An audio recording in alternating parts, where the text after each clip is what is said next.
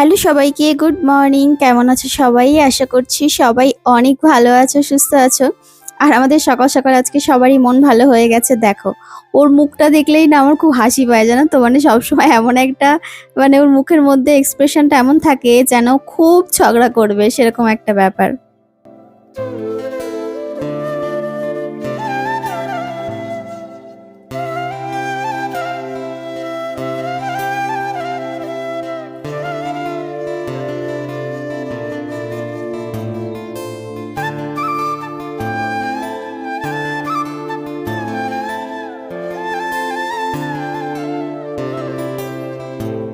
বরকে তো সকালে উঠিয়ে দিয়েছিলাম, তাই আমাদের ওই ঘরের বিছানা তো সকালেই আমি উঠাই, মানে গুছিয়ে রেখে দিই। তো ওই জন্য তখন আর ভিডিও যেহেতু করি না সকাল সকাল, ওই জন্যই আর কি সকাল সকাল তোমাদেরকে আর দেখানো হয়নি। হ্যাঁ, তবে করি না বলাটা ভুল, মাঝে মাঝে করি। যখন ধরো ইচ্ছা হয় তখন ওই ঘরের বিছানা তোলা বা আরো কিছু কিছু ব্লগ তোমাদেরকে দেখাই, কিছু কিছু ডেলি কাজকর্ম। তবে প্রতিদিন একই রকমের কাজকর্ম আর কি। হ্যাঁ, তবে তো ডেলি লাইফস্টাইল একই, বাড়ি একই, ঘর একই, আমি তো একই রকম তো কিছু থাকবেই। তারপরেও যতদূর সম্ভব চেষ্টা করি যে একটু বেশি ভ্লগের পেছনে টাইম দিয়ে ভিডিওটা যদি আর একটু ভালো হয়। আসলে যে কাজটা তোমার ভীষণ পছন্দ না, সেই কাজটাকে ভীষণ মন দিয়ে করতে বেশি বেশি ভালো লাগে। তো সেই কাজটাই আর কি করার চেষ্টা করছি আমিও। আর এই দেখো, বিছানাটা ভালো করে ঝেড়ে পুছে নিলাম, এবার ঘরটা ঝাড় দিয়ে নিচ্ছি। ঘরটা ঝাড় দিয়ে নিয়ে তারপরে ঘরদোরগুলো ভালো করে মুছে নেব। আর রান্না বান্নাও তো রয়েছে, তবে রান্না বান্না এখনো পর্যন্ত জানি না আজকে কি রান্না হবে। যতক্ষণ না রান্নাঘর পর্যন্ত যাচ্ছি ততক্ষণ না মানে বলে উঠতে পারি না। আর আমাকে অনেকে কমেন্ট করেছে, কণিকা এই ঘরটা মুছে নেবে, ঝাড় দেবে না। আসলে ঝাড় না দিলে না হয় না, কারণ আমাদের পেস্তা সারা ঘরে ঘুরঘুর ঘুরঘুর করে, তো যে কারণে ওর যে লোমগুলো সেগুলো বিছানায় তারপরে ফ্লোরে থাকে। তো ওই যদি আমি মুছেও নিই তাও না পুরো সারা ঘর একদম লেগে যাবে। আর ফ্লোরের সাথে লেগে গেলে না ওইগুলোর পরে উঠবে না, তো ওই জন্য একটু ঘর না ঝাড় দিলে হবে না। চা করতে এসে দেখছি চিনি শেষ হয়ে গেছে, তো ওই জন্য চিনিটা ঢেলে নিলাম। আর এবার চাটা করে নেব।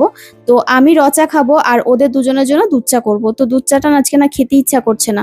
তো আগে আমার চাটা একটুখানি মানে কোনো রকমে ফুটিয়ে নিয়েই নামিয়ে নিলাম। আর এবার দুধটা গুলিয়ে নিয়েছিলাম মায়ের আর উজ্জ্বলের জন্য। এবার দুধ চাটা করে নেবো।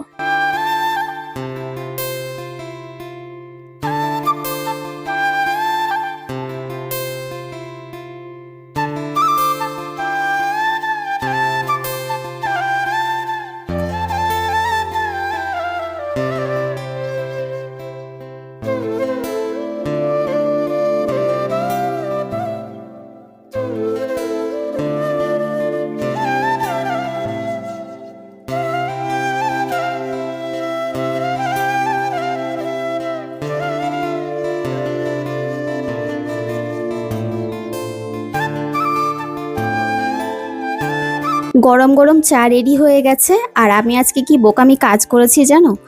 আমি ভাবছি ঘরে মুগ ডাল নেই, মাও আগের দিন চেয়েছিল, আমি বললাম মুগ ডাল তো নেই, তো ওই জন্য মুগ ডাল করা হয়নি, সেদিন অন্য কিছু করেছিলাম।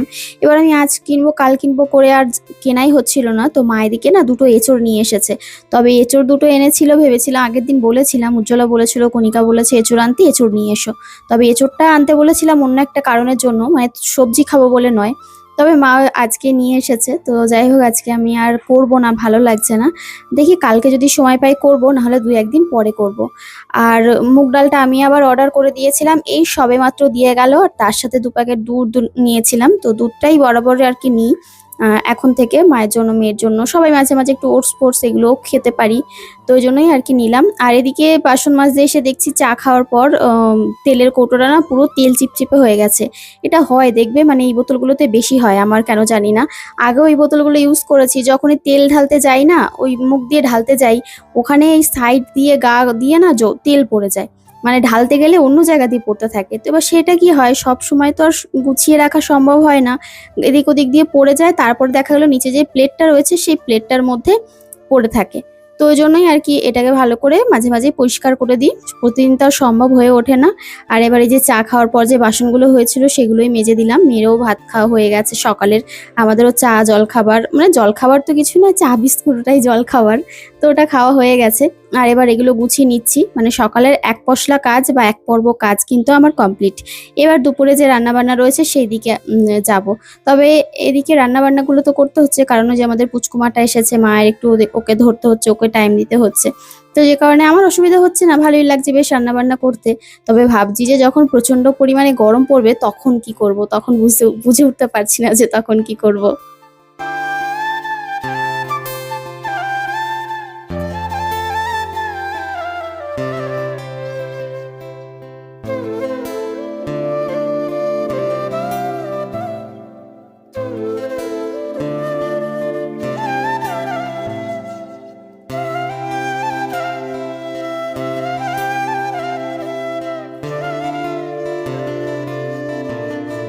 অনেকদিন ধরে আমাকে অনেকেই কমেন্ট করছো, মানে একটা বিষয় নিয়ে, সেটা হচ্ছে আমি জানো যে তুলসীর মালা পরেছিলাম, তো এখন তুলসীর মালা কিন্তু আমার গলায় নেই।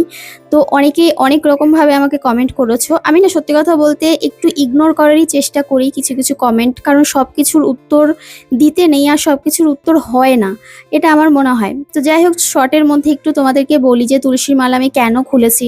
জানো তো, তুলসীর মালা মানে এটা পরা এটা একটা এত পবিত্র জিনিস। এটা পড়া মানে হচ্ছে তুমি ঈশ্বরের মানে টাচে থাকছো সারাক্ষণ।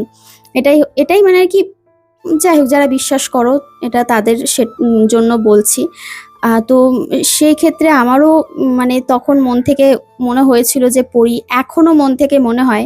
কিন্তু কিছু কারণ আছে যে কারণে না আমি নিজেকে মনে হচ্ছিল যে আমি না পাপ, মানে একটা অপরাধী অপরাধী মনে হচ্ছে কি একটা পাপ করে ফেলছি। কারণ যখন ওই তুলসীর মালা পরে আমি মাছ রান্না করছি, ধরছি, তখন না আমার ভেতর থেকে ভীষণ একটা অস্বস্তি কাজ করতো।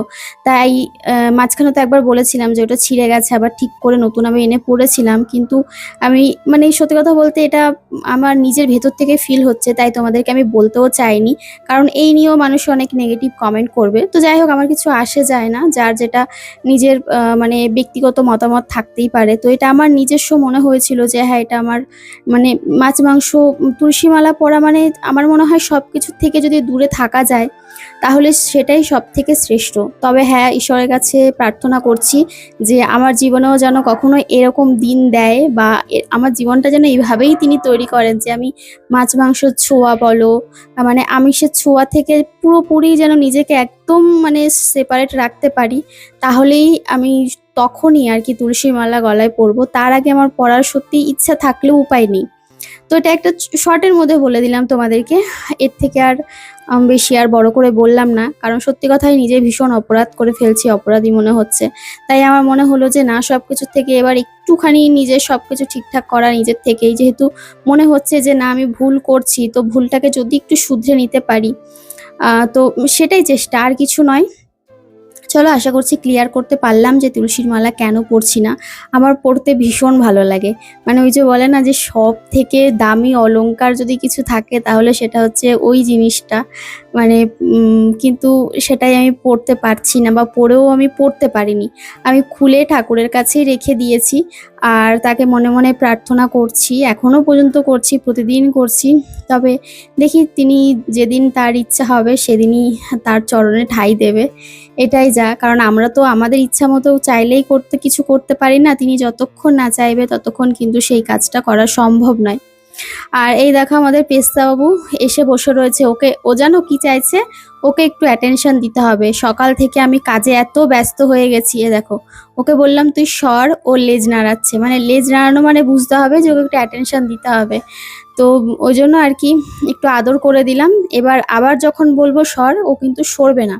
মানে এ দেখো, আবার বললাম, বলেই যাচ্ছি সর রে সর রে সর রে, মানে আমি মুচ্ছি আর বলছি, মুচ্ছি আর বলছি, কিন্তু ও পেছন দিক থেকেও ও চাইছে যে সামনের দিকে এসে যে আমি যাতে ওকে একটু আদর করি। তো ওরা আসলে ছোট বাচ্চা, তো ওরা এটাই চায়।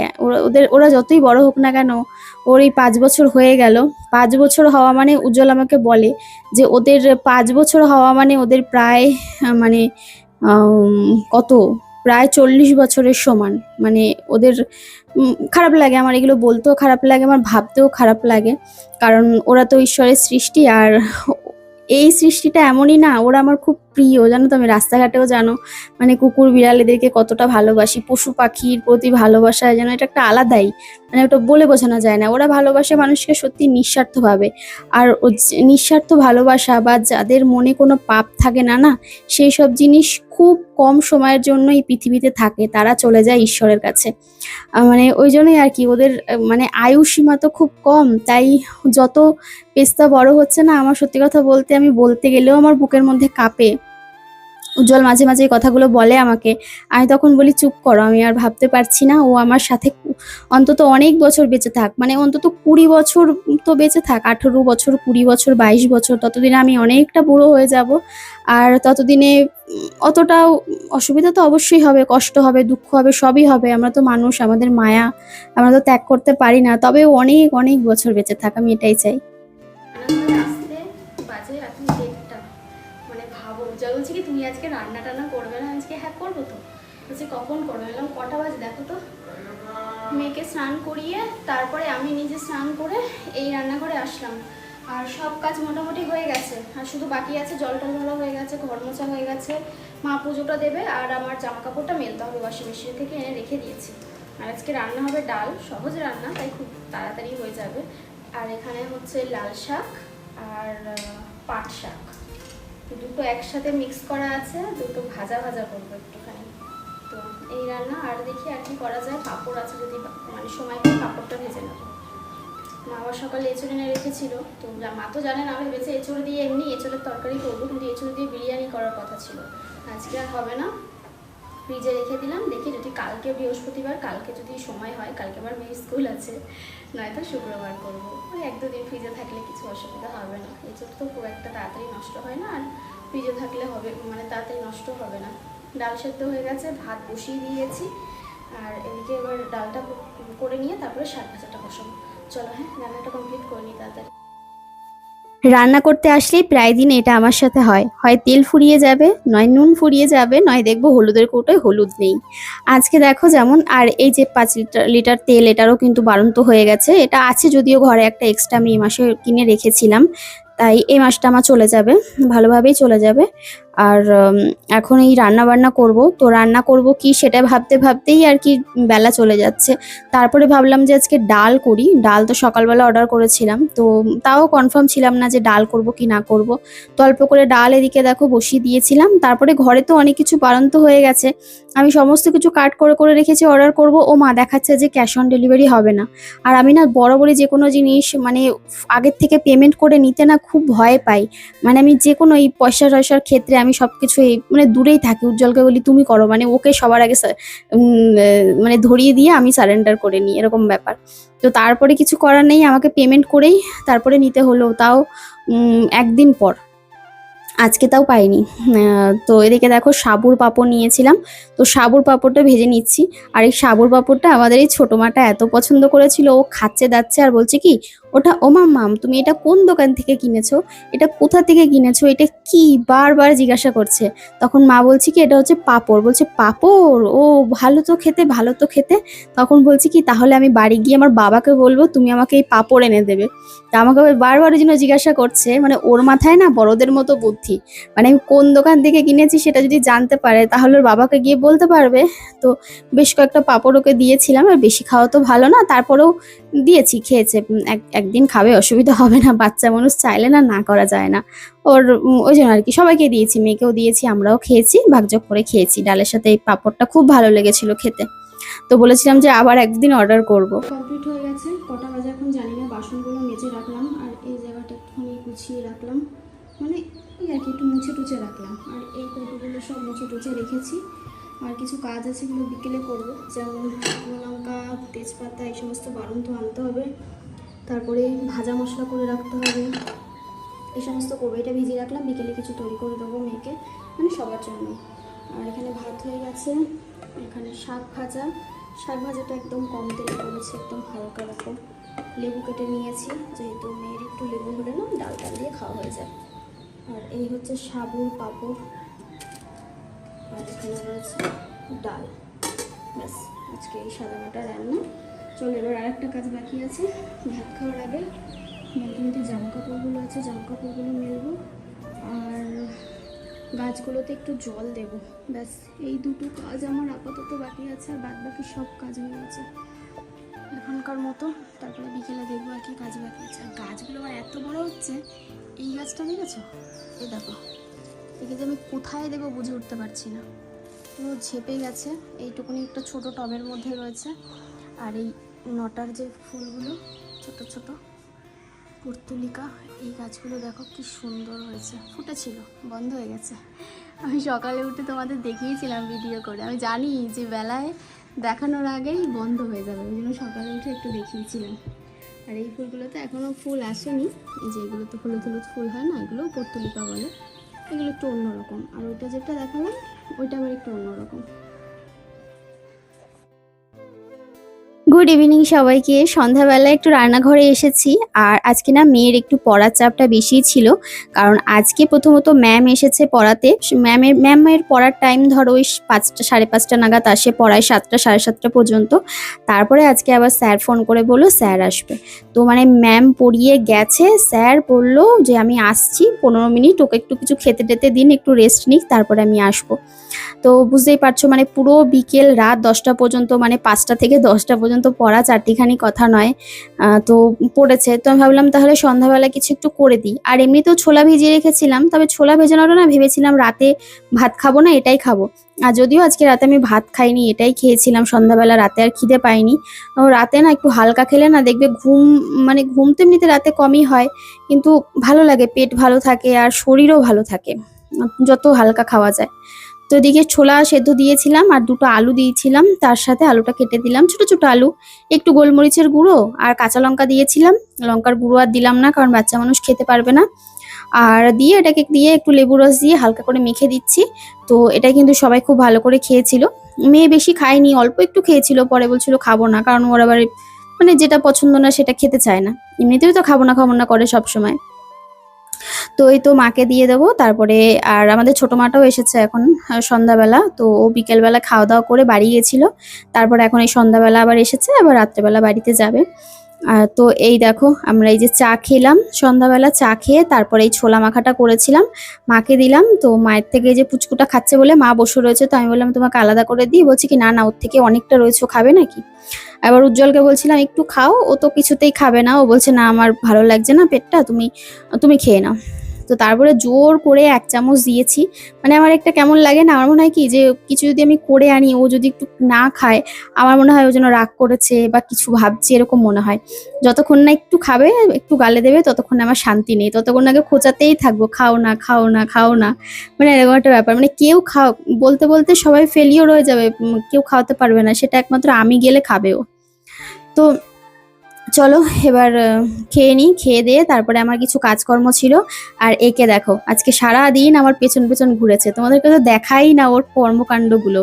ও না ঠিক এইরকম করে, মানে 2 পা দিয়ে যখন ওর ইচ্ছা করবে না খাটে লাফ দিয়ে উঠতে, 2 পা দিয়ে উঠে পেছন দিকে লেজ নাড়িয়ে নাড়িয়ে মাথা ঘুরিয়ে ঘুরিয়ে আমাকে ডাকবে।